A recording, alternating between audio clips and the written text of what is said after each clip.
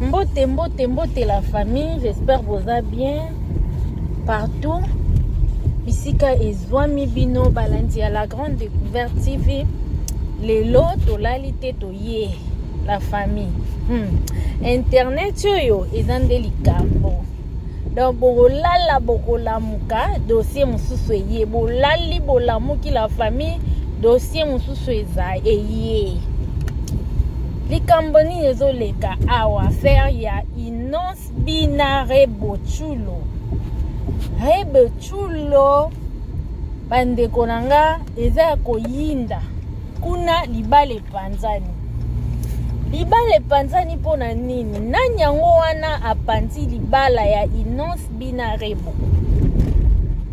Nani aye na dossier oyo? Nani abandi yango bandeko nangai?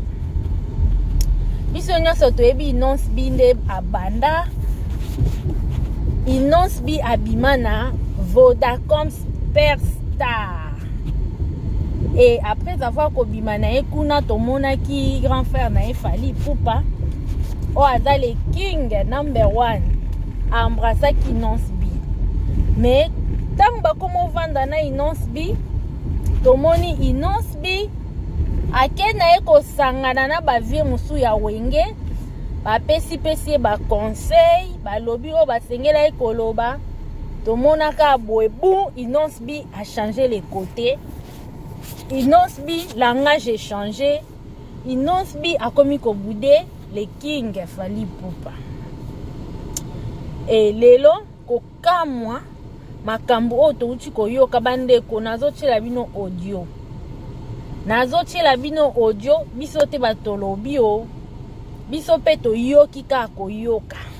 Yango biso pe toyeli bino balandi na biso ya la grande découverte ko tika bino na nzala bongo te mambo ezoleka kaka boye leka bino ka boye foto yela bino bandeko nazotiela bino audio oyo toyoka na ngana bino makambo oyo ebimeli wapi. Nani moluki makambo? Vasco Mabiala. Vasco Mabiala aluki makambo aye na ba vérité to ayeka kofongola bana Congo misu to ayeka kofongola Innonce Bi misu wana toyebi te. Mais problème oyo euti wapi? Et komona Innonce Bi nenga zala na vie na ebino mo boyebi stade de martyr auto lekawa Innonce Bi a soutenaki Ferregola na façon moko bondima te et to bosana te na concert wana ya martyr. Rebochulo azalaki invité spécial.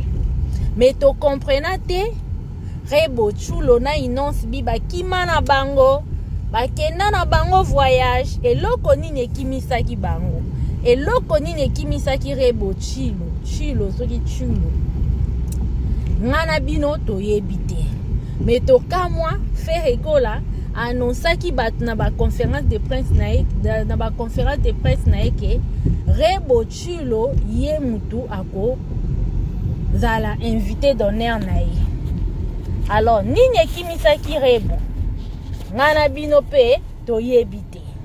Mais sans plus tarder ngana ontiela bino kaka audio toyoka na audio oyo après tokozongela bino sima tosala analyse ensemble ngana bino.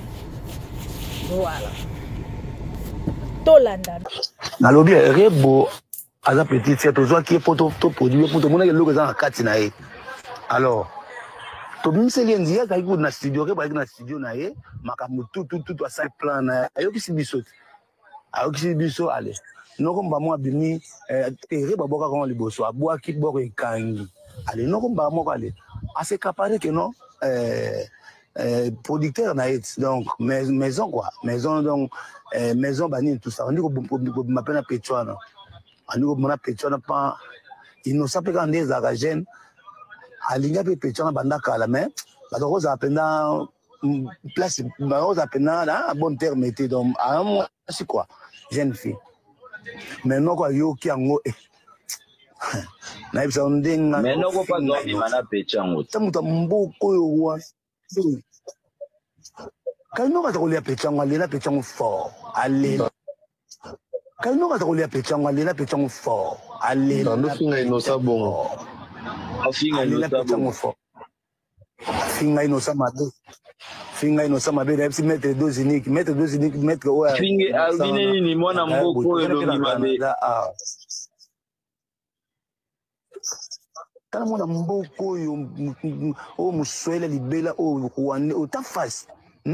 Pecho azo mana rebo azela o mona. Yé mo sala e no sim se touche. Mabe prise. Mais rebo dali moisi. Ndeza na inosa pa ko balaye. So bo mala inosa. Yé pozo betaye. Ça c'est pas ko mana rebo. Biso zo ke pas ça. Ako sala trip to benga ki na école de danse na sala to louer bango. Yo o beti ça mushinzo. Ça abayo pona ni. Pona rebo. Siko innocence o ma aigle go. On a aigle au Saranate. On a évité aigle plein de côté na plein.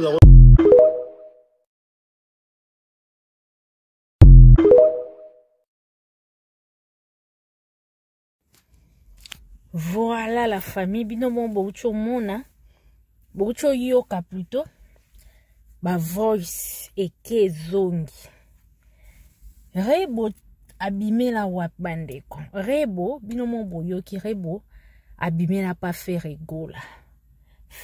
gola mutabimisa rebo la famille.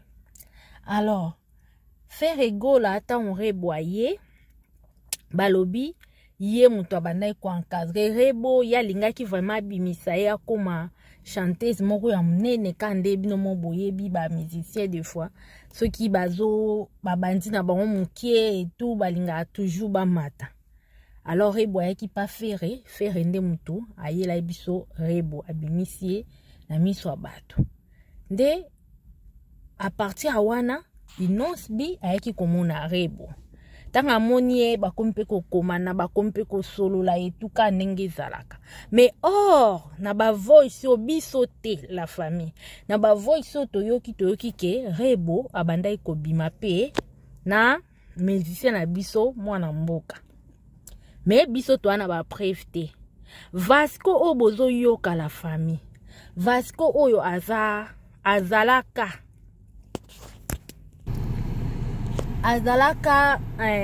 na directeur en marketing so na bosanité adneka tomona ka Blaise Polo ndinga zala lelo place Masco nani oyo azalaka Vasco Mabiala azalaka.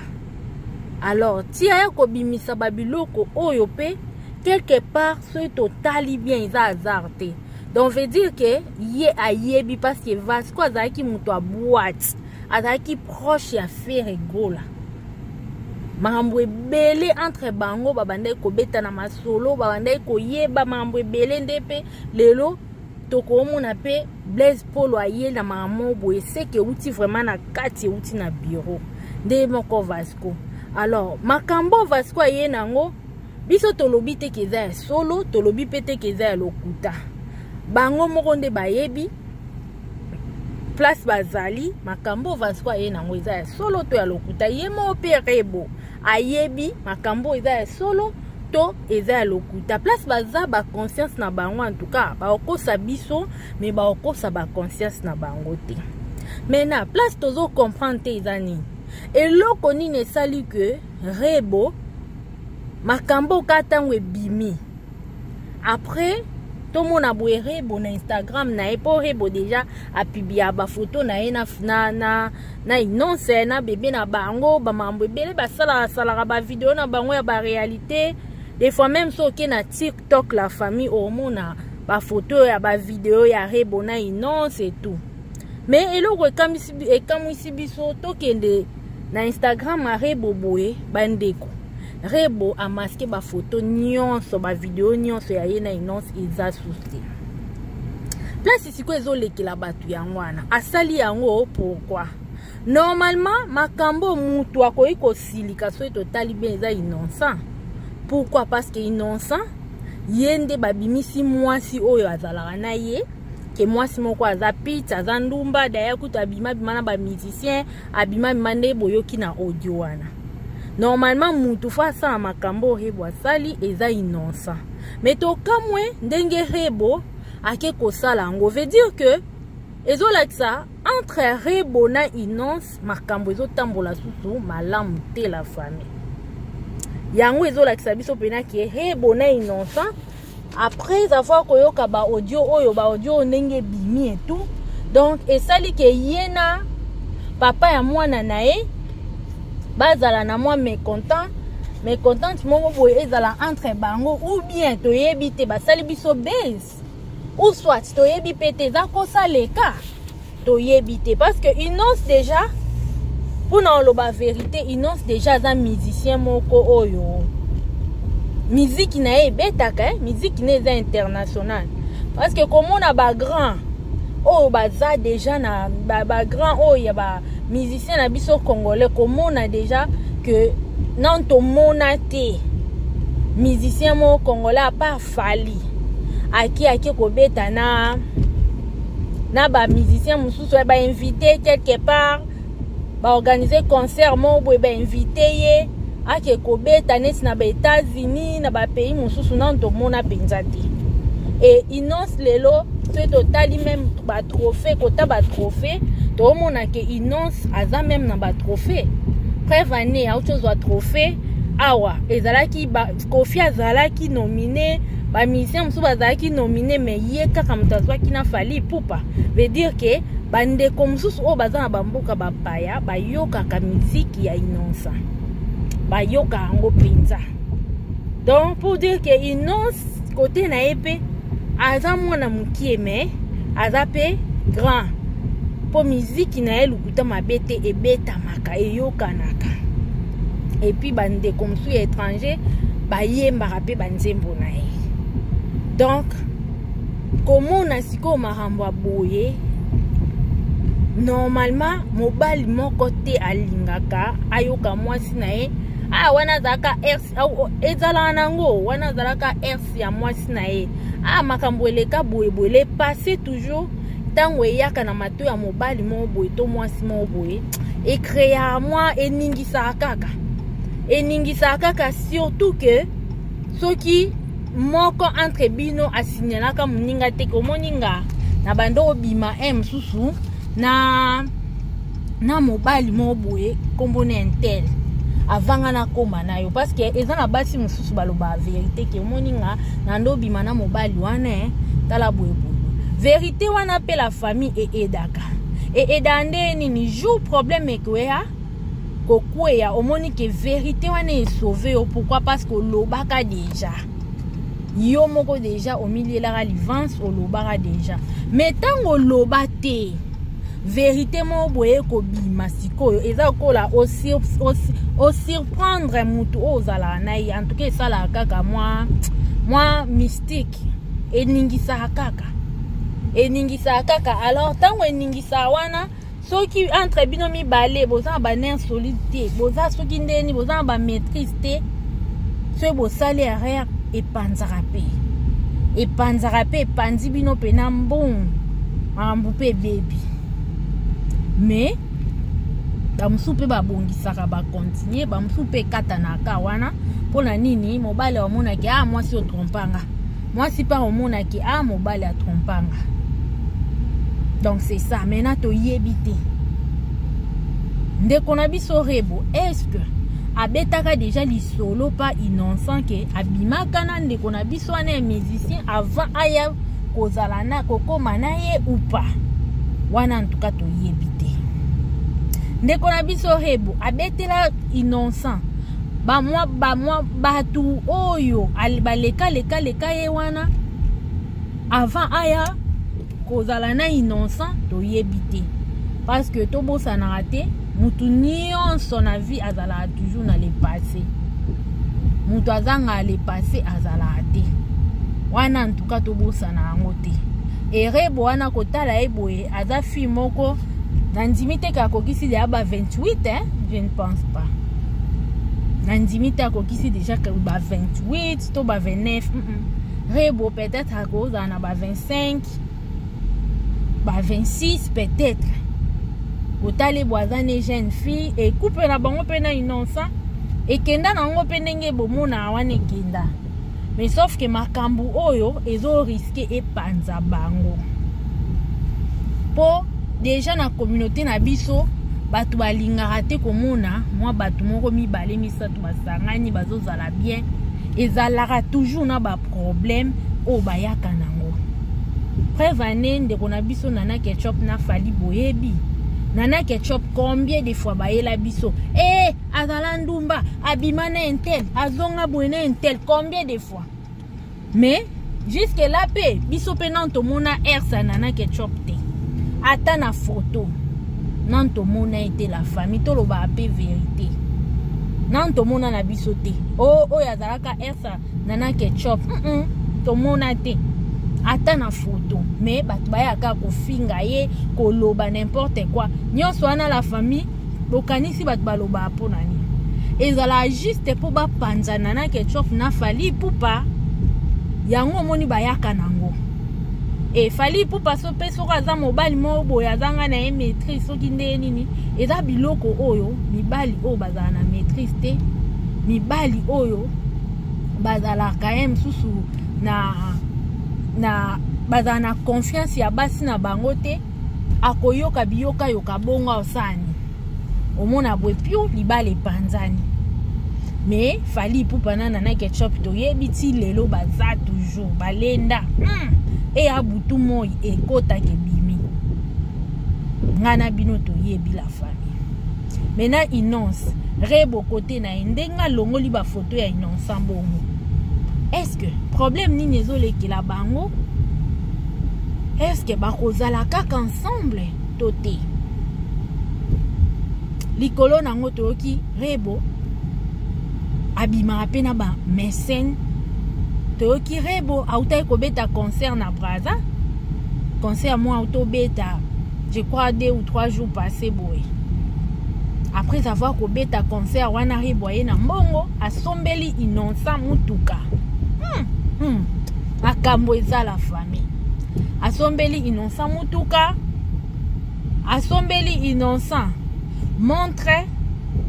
Mais il paraît Innocent a sepelité. La famille wana to wana ba preuve mais denge toyoki. Innocent a sepelité alobi mbongo oyo rebo apesi eza mukie.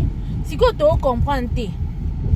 Dans le monde à lelo, c'est comme si basinde bakoma osela mibali. Ole mobali asalela yo. Ce qui vraiment est bongo c'est regrettable. Parce que normalement Innocent des fois que koluka mbongo pona rebo. Mais non rebo que koluka mbongo pona Innocent.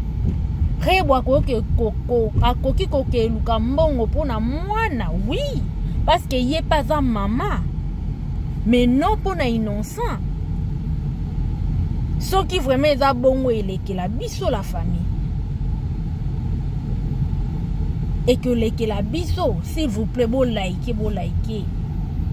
Ce qui vraiment est bongo il est que la biso parce que tu ebi moi si mobali mutaluka pona moi si. Mais non moi si aluka pona mobali. Déjà ce qui mobali au comment discuter ba mbongo bongo veut dire que ozotinda moi si na yo akende ko sala kindumba bandeko nanga. Ozotinda moi si na yo ke ko sala kindumba ela kombongo ou comment. Et pourquoi rebo alongoli ba photo ya Innocent na Instagram nae. Wana to yebite me to luka toujours to sa ba recherche to ya nango to yeba eloko nini sali rebo alongola ba photo ya ye na Innocent na Instagram nae. Eza parce que mbongo aye nango ou bien mbongo apesi Innocent eza mukie to eza kaka pona marambu oyo Vasco mabiala ye nango. Mais ce qui eza pona makambu oyo Vasco mabiala ye nango en tout cas eza pasi koya kopanza couple batu boye bana batu amike balingai na bango bavande esika moko basi baboti mwana za na kati. Ce qui eza vraiment pona Vasco pona makambo Vasco ye nango en tout cas eza pasi. Vasco, les cas OP c'est explication bien, ya ko expliquer biso bien. Olo yaka ko panza makambo batuka boy. Et soki eza pona mbongo oyo rebo auta kobeta concert. En tout cas wana innocent c'est que yo za mobile mabe. C'est que za mibali o biso to lingaka te ya ba rigolo o baninga kaka basi basalela bango. C'est que vraiment za mobile mabe et puis to ko yela yo innocent. Soki eza juste kaka pona mambo mbongo o rebo yena. Et rebo yo mo pe ya ko expliquer biso eloko nini esali olongola ba photo ya yo na innocent. Po bino bomema na bino na internet bobomba ate. Yango biso pe to yaka kaka kosala ba analyse. O pe to sali eza ka analyse. Mais je crois bien innocent na minute ozo regretter dengo baby sa relation na ona fali pupa. Je crois bien ozo regretter. Parce que soko bando regretter te. Elinga kezala mususu bongo te. Mais et mon anike o regretter ndenge o baby sa relation na yo na fali pupa vie na fali pupa linga ka mingi innocent ka yo moko boyozi o baby sina fali innocent. Mais il est trop tard, tu es à battu, biso nyonso to trebishaka, biso nyonso to sala mabe. Soko moni moyen te, kende luka vie na osenga e pardon. Poto ebi ba vie a wenge des fois ba tsaka ba na ba rare. C'est normal peut-être vie a wenge, ba vie a wenge ba kosaki yo. Mais eza nango grave te. Eza grave te nzamba limbisa biso, pourquoi pas fali pour pas limbisa yo. Ou soit tikala yo moko. Po ba via wenge ba konzi ya ba 12 omoni nde ba tinda yo lo ba lobisa ba makambo zanga tina siko tala lelo innocent tala simazonga moto pona lelo to suki awa bandeko bo s'abonner bo like bo partager na ba o nyonso na ba s'abonner te. En tout cas c'est aux informations mususu to koyela bino bisous bye. Tout le monde a une balade.